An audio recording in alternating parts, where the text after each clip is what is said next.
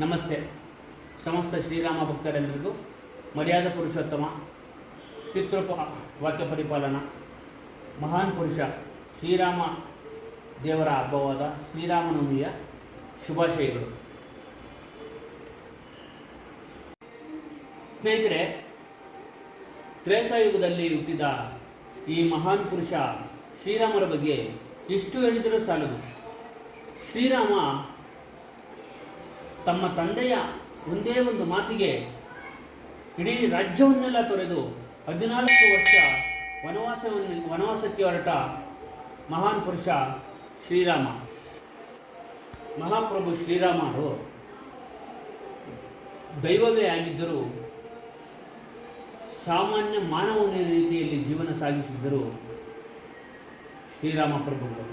ಶ್ರೀರಾಮರ ಚರಿತ್ರೆಯಾದ ರಾಮಾಯಣವನ್ನು ಸರಿಸುಮಾರು 300 ಜನ ಬರೆದಿದ್ದಾರೆ. ಅಂದರೆ ಆ ರಾಮನ ಶ್ರೇಷ್ಠತೆ ಹಾಗೂ ಆ ರಾಮರ ವೈಶಿಷ್ಟ್ಯತೆ ಕಡಿಮೆ ಏನಲ್ಲ.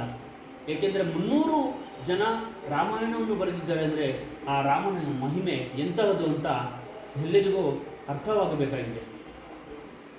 ಇಡೀ ಜಗತ್ತಿನಲ್ಲಿಯೇ ಒಂದು ಉತ್ತಮವಾದ ರಾಜ್ಯಭಾರ ನಡೆಯುತ್ತಿದೆ ಎಂದರೆ ಅದನ್ನು ರಾಮರಾಜ್ಯ ಎಂದು ಮಾತ್ರವೇ ಕರೆಯಬಹುದು.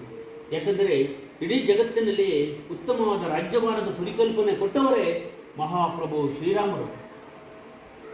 ಒಮ್ಮೆ ಸೀತಾಮಾತೆಯನ್ನು ಹುಡುಕಲು ಲಂಕೆಗೆ ಹೊರಟಾಗ ಸಮುದ್ರದ ಮೇಲೆ ಶ್ರೀರಾಮ ಶ್ರೀರಾಮ ಎಂದು ಕಲ್ಲು ಬಂಡೆಗಳ ಮೇಲೆ ವಾನರರು ಶ್ರೀರಾಮ ಎಂದು ಬರೆದು ಕಲ್ಲನ್ನು ಸಮುದ್ರದಲ್ಲಿ ಹಾಕಿದಾಗ ಆ ಕಲ್ಲುಗಳೆಲ್ಲ ತೇಲುತ್ತಿತ್ತು. ಅಂಥ ಮಹಿಮೆಯುಳ್ಳ ಮಹಾನುಭಾವ ಪ್ರಭು ಶ್ರೀರಾಮರು. ತಾನು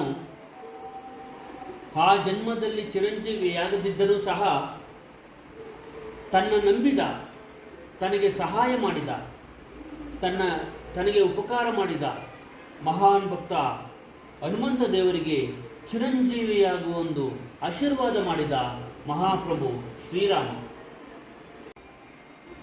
ಸ್ವಯಂಪ್ರಭಾ ದೇವಿ ಎಂಬ ಮಹಾನ್ ಶ್ರೀರಾಮರ ಭಕ್ತೆ ಒಬ್ಬರು ಶ್ರೀರಾಮರು ಉದಯಕ್ಕೂ ಮೊದಲೇ ಶ್ರೀರಾಮಾಯಣವನ್ನು ಓದಿದ್ದೇನೆ ಎಂದು ಹೇಳಿದ್ದರಂತೆ. ಅಂತಹ ವೈಶಿಷ್ಟ್ಯತೆಯನ್ನುಳ್ಳ ಮಹಾಪ್ರಭುವೇ ಶ್ರೀರಾಮರು. ಇಂದ್ರನಿಂದ ವಂಚಿತಗೊಂಡ ಅಹಲ್ಯಾದೇವಿಯು ತಮ್ಮ ಪತಿಯ ಅಂದರೆ ಗೌತಮ ಋಷಿಯ ಶಾಪಕ್ಕೆ ಈಡಾಗಿ 1000 ವರ್ಷಗಳ ನಂತರ ಶ್ರೀರಾಮನೆಂಬ ಒಬ್ಬ ಮಹಾಪುರುಷ ಬರುತ್ತಾನೆ. ಆತನ ಪಾದಸ್ಪರ್ಶದಿಂದ ನಿನ್ನ ಶಾಪ ವಿಮೋಚನೆಯಾಗುತ್ತದೆ ಎಂದು ಹೇಳಿದ್ದನಂತೆ. ಅಂತಹ 1000 ವರ್ಷಕ್ಕೂ ಮೊದಲೇ ಇಡೀ ಜಗತ್ತು ಆ ಮಹಾಪುರುಷರ ಬರುವಿಕೆಯನ್ನು ಕಾಯುತ್ತಿತ್ತು. ಅಂತಹ ಮಹಾನ್ ಪುರುಷನೇ ಪ್ರಭು ಶ್ರೀರಾಮರು. ಮಹಾಪ್ರಭು ಶ್ರೀರಾಮರ ಆಡಳಿತ ಹೇಗಿತ್ತೆಂದರೆ ಇಂದ್ರನ ಆಡಳಿತವನ್ನು ನಾಚಿಸುವಂತಿತ್ತು. ಅಂತಹ ಉತ್ತಮವಾದ ಆಡಳಿತ ಕೊಟ್ಟ ಮಹಾನ್ ಪ್ರಭುವೇ ಶ್ರೀರಾಮ. ಸ್ನೇಹಿತರೆ, ಈ ಶ್ರೀರಾಮರ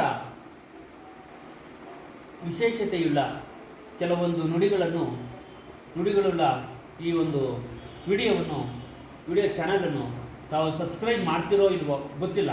ಆದರೆ ಈ ಶ್ರೀರಾಮರ ಕೆಲವೊಂದು ವಿಶೇಷತೆಗಳುಳ್ಳ ಈ ವಿಚಾರವನ್ನು ಎಲ್ಲರಿಗೂ ಕಳಿಸಿ. ರಾಮಾಯ ರಾಮಭದ್ರಾಯ ರಾಮಚಂದ್ರಾಯ ವೇದಸೆ ರಘುನಾಥಾಯ ನಾಥಾಯ ಸೀತಾಯ ಪತಿಯೇ ನಮಃ. ಜೈ ಶ್ರೀರಾಮ್.